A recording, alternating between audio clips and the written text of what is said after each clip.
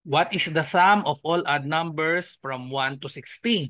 So, ibig sabihin niyan, i-add natin lahat yung mga numbers na 1, 3, next is 5, hanggang makarating tayo sa ano yung pinakamalaki. So, that is na less than 60 ay 59. So, sum of all odd numbers from 1 to 60. So, ang shortcut para dito ay n divided by 2 square, where n is the number of the odd numbers 1, 3, 5 hanggang 59. Ilan yung odd numbers diyan?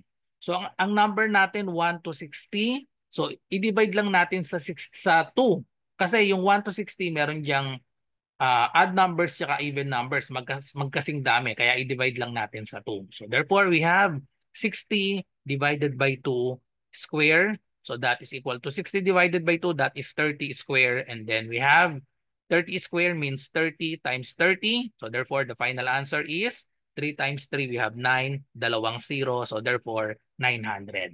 So the correct answer is letter E. So tandaan, ang shortcut na ito ay applicable lang kapag nagsimula sa 1. 1 dapat ang simula para magamit ang n over 2 squared. Follow for more.